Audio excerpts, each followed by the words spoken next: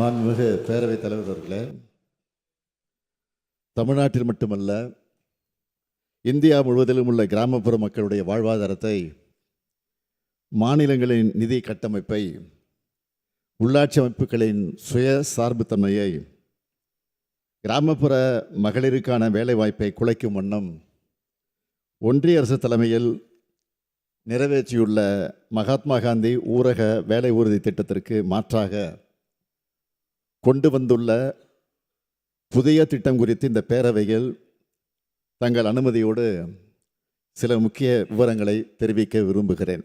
மாண்புமிகு பேரவைத் தலைவர் அவர்களே, தமிழ்நாட்டில் உட்கட்டமைப்பு வசதிகளை ஏற்படுத்தும் திட்டமாக இருந்தாலும், நலிவுற்ற மக்களின் வாழ்வாதாரத்தை உயர்த்தும் திட்டமாக இருந்தாலும், அனைத்து திட்டங்களும் இது மாநில அரசினுடைய திட்டம், ஒன்றிய அரசின் திட்டம் என்ற பாகுபாடு இல்லாமல் திறம்பட செயல்படுத்தி வருகிறது.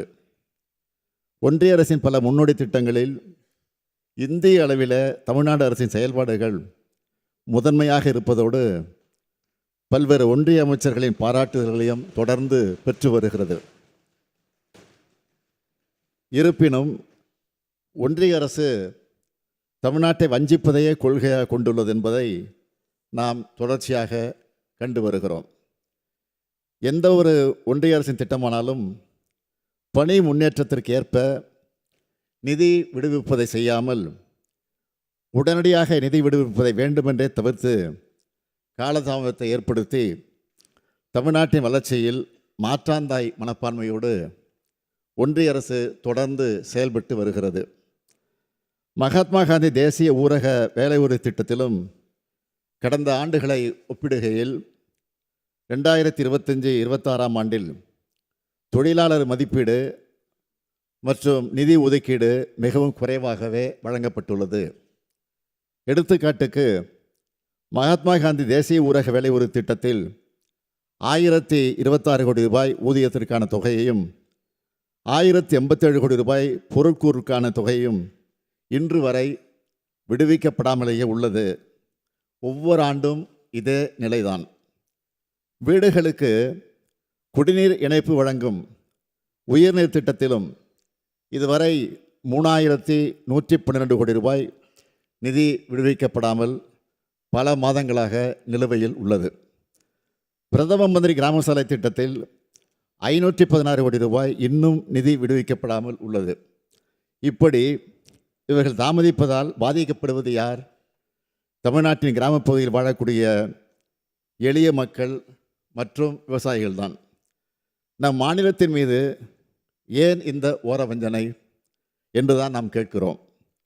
இந்த வஞ்சனையை எல்லாம் விஞ்சக்கூடிய அளவுக்கு தற்போது ஒன்றிய அரசு கிராமப்புற ஏழை எளிய மக்களின் வாழ்வாதாரத்தை அடியோடு வேதவிக்கக்கூடிய வகையில் மகாத்மா காந்தி தேசிய ஊரக வேலை உறுதி திட்டத்தினை மாற்றி அதற்கு பதிலாக வளர்ச்சியடைந்த இந்தியா ஊரக வேலைவாய்ப்பு உறுதி மற்றும் வாழ்வாதார திட்டம் என்று தமிழ் பொருள்படும் VBG ராம்ஜி என்ற புதிய திட்டத்தினை அறிமுகப்படுத்தி உள்ளது.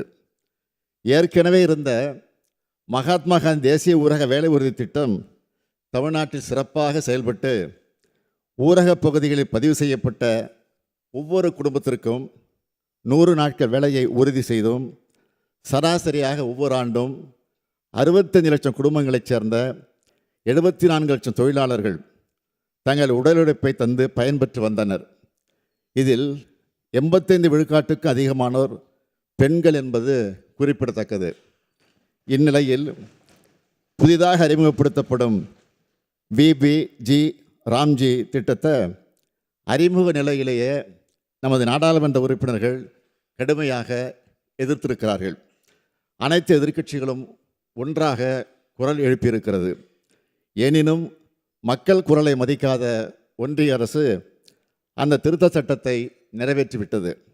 இந்த புதிய திட்டமானது மக்களின் தேவையின் அடிப்படையில் அமைக்கப்படவில்லை. இது குறித்து நான் ஏற்கனவே மாண்புமிகு பிரதமருக்கு கடந்த 18/12/2025 அன்று கடிதம் எழுதியிருக்கிறேன். மாண்புமிகு பேரவைத் தலைவர் அவர்களே, இந்த புதிய வளர்ச்சியடைந்த இந்தியா ஊரக வேலை உறுதி மற்றும் வாழ்வாதார திட்டத்தின் கீழ் வேலைவாய்ப்புக்கான உரிமை என்ற அடிப்படையில் இல்லாமல் ஒன்றிய அரசால் நிர்ணயிக்கப்பட உள்ள உத்தேச ஒதுக்கீட்டின்படி வேலை வழங்கக்கூடிய நிலை ஏற்பட்டுள்ளது. எனவே தங்கள் அனுமதியோடு இப்பேரவையில் பின்வரும் தீர்மானத்தை நிறைவேற்றி தருமாறு கேட்டு நான் முன்மொழிகிறேன். தீர்மானம்: மகாத்மா காந்தி தேசிய ஊரக வேலை உறுதி சட்டம் 2005 படி கிராமப்புற மக்களின் வேலைக்கான உரிமை நிலைநாட்டப்பட வேண்டும் என்றும் மக்களின் வேலைக்கான தேவைக்கேற்பவும் மகாத்மா காந்தி தேசிய ஊரக வேலை உறுதி திட்டத்தின் மாநில செயல்திறன் அடிப்படையிலும் தொடர்ந்து நிதி ஒதுக்கீடு செய்வது உறுதி செய்யப்பட வேண்டும் என்றும் மகாத்மா காந்தி தேசிய ஊரக வேலை உறுதி திட்டத்தின் கீழ் பெரும்பான்மையாக பலனடைந்து வந்த பெண்கள், மாற்றுத்திறனாளிகள், ஆதிதிராவிட மற்றும் பழங்குடியின மக்களின் வாழ்வாதாரம் தொடர்ந்து பாதுகாக்கப்பட சமூக பாதுகாப்பினை உறுதி செய்திட முந்தைய ஆண்டுகளின் ஒதுக்கீட்டிற்கு குறையாமல் ஒதுக்கீடு செய்யப்படுவது உறுதி செய்யப்பட வேண்டும் என்றும் உத்தேச மதிப்பீட்டின் அடிப்படையில் தன்னிச்சையாக ஒன்றிய அரசு நிதி ஒதுக்கீடு செய்யும் என உள்ள தற்போதைய புதிய நடைமுறையை கைவிட்டு ஏற்கனவே மகாத்மா காந்தி தேசிய ஊரக வேலை உறுதி திட்டத்தின் கீழ் பின்பற்றப்பட்ட வேலைக்கான தேவைக்கேற்ப நிதி ஒதுக்கீடு செய்யும் நடைமுறையை தொடர வேண்டும் என்றும், மேலும் கூட்டாட்சி தத்துவத்திற்கு மதிப்பளித்து மாநிலங்களுக்கான ஒதுக்கீட்டினை வேலைக்கான தேவைக்கேற்ப பகிர்ந்தளிக்கும் வழிமுறையை மாநில அரசை வகுத்துக்கொள்ள அனுமதி அளிக்க வேண்டும் என்றும், இப்புதிய திட்டத்தில் மாநில அரசின் நிதி பங்களிப்பு 40% உயர்த்தப்படுகையில் மாநில அரசின் நிதிச்சுமையை கணிசமாக அதிகரிப்பதாக உள்ளது. எனவே புதிய திட்டத்திற்கான நிதி பங்களிப்பு மகாத்மா காந்தி தேசிய ஊரக வேலை உறுதி திட்டத்திற்கான நிதி பங்களிப்பினைப் போலவே திருத்தி அமைக்கப்பட வேண்டுமென்றும், தேசத்தந்தை மகாத்மா காந்தி அவர்களின் பெயரை நீக்கி பல்வேறு உள்நோக்கங்களை கொண்டு இத்திட்டத்திற்கு வளர்ச்சியடைந்த இந்தியா ஊரக வேலைவாய்ப்பு உறுதி மற்றும் வாழ்வாதார இயக்கம் ஊரகம் பிபிஜி ராம்ஜி என பெயர் மாற்றம் செய்யப்பட்டு உள்ளது.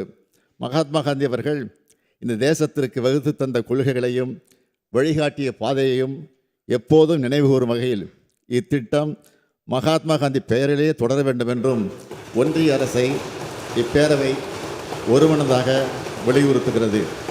மாண்புமிகு பேரவைத் தலைவர் அவர்களே, இந்திய நாட்டின் கிராமப்புற மக்களின் வாழ்வாதாரத்தை பாதுகாத்திட மகாத்மா காந்தி தேசிய ஊரக வேலை உறுதி சட்டம் 2005 விதிமுறைகளின்படியே மகாத்மா காந்தி தேசிய ஊரக வேலை உறுதி திட்டம் தொடர்ந்து செயல்படுத்தப்பட வேண்டும் என்ற வகையில் மேற்படி தீர்மானத்தை இந்த சட்டப்பேரவையில் நிறைவேற்றி தர வேண்டும் என்று அனைத்து உறுப்பினர்களையும் தங்கள் வாயிலாக கேட்டு அமைகிறேன். நன்றி.